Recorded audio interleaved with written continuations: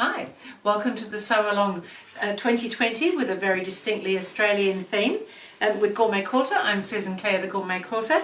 We've been doing really well. We are up to week 9. That's pretty impressive. We've been going for 9 weeks and really we've got a whole lot to show for it. We've made loads of blocks and loads more blocks and some applique, some pieced, some emus, some all sorts of things. We've been having a wonderful time. So today we're doing a little bit more applique. So some of the blocks are pieced and some are applique in the quilt.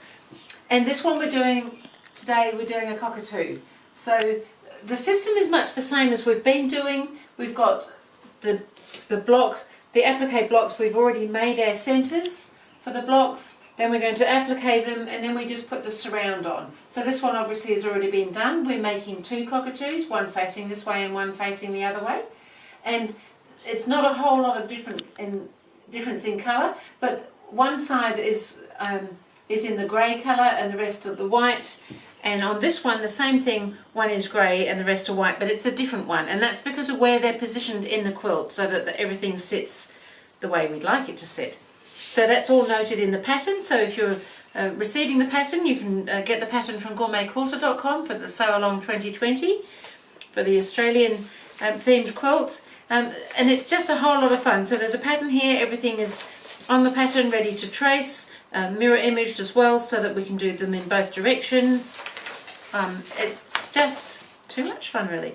So we've got our little cockatoo here. So he's a sulphur crested cockatoo, so we know that because his little crest up here is sulphur coloured. And he's going to sit on here like this. However, I just thought, when I like to do things like this, which have got some really fiddly little bits and pieces, I like to do those first because I can stop and start without having to pull threads through and tie off and things like that, because it's going to be covered, all those ends.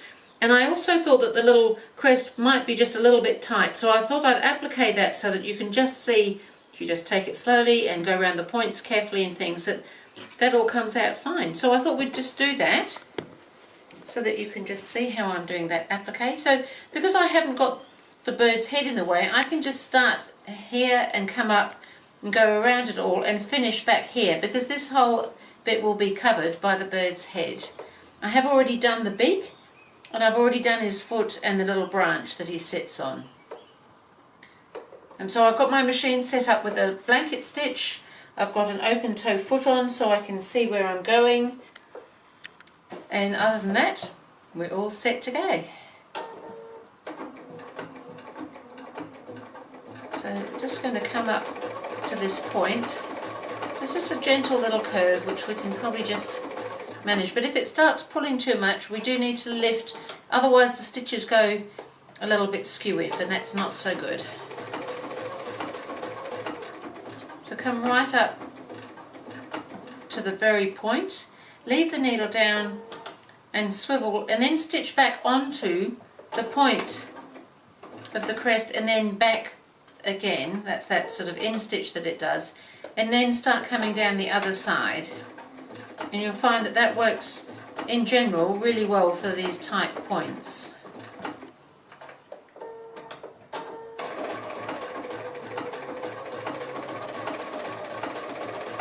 Comes right in there.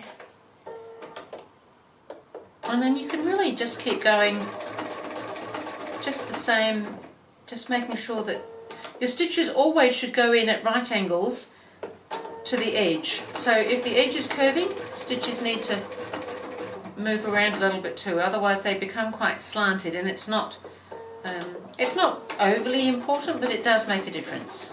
So right up to the very point, in and back again, and then back down again. So I might just keep going and finish the crest, because it's all much the same thing again now, and then I'll show you the next little bit. So I'm just on the last point of this crest. Now cockatoo's crests can move around a little bit. Sometimes they're standing up straight, sometimes they're flat, sometimes they're all over the place, and I'd say this one's probably just a little bit all over the place.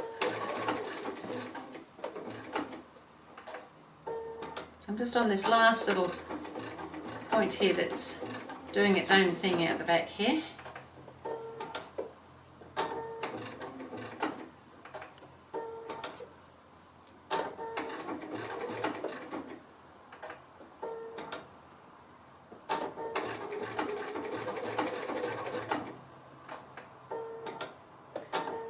just about back in, and I don't have to go along the bottom edge because that's going to be covered by the bird's head.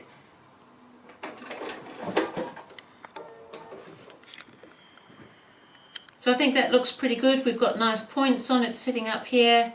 We've already got the beak in place. So now I just need to iron the bird in place. So he's got a little eye, but we've done small things like eyes before.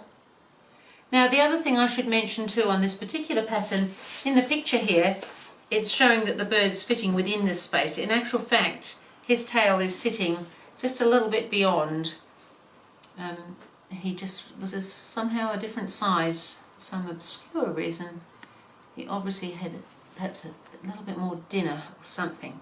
So just the only other thing is just to make sure everything is still within your seam allowance when you go over the block a little bit like that. So I can iron all that on now, and then I can actually do the rest of the applique. You don't need to watch me do all that. That's all very straightforward, just a tight little eye and then around the other pieces. And then the only other thing that needs to be done is putting the frame on, and I'm pretty sure this one's going on that side there, and he's going to go in there, just the same as this one up here, only that he's got the grey on the side rather than on the other position. This one, the grey is underneath.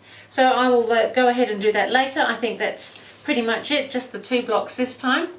So that's pretty good, I think, for part 9 with the sew along. So I hope you're getting along well with it, and I will see you again with part 10.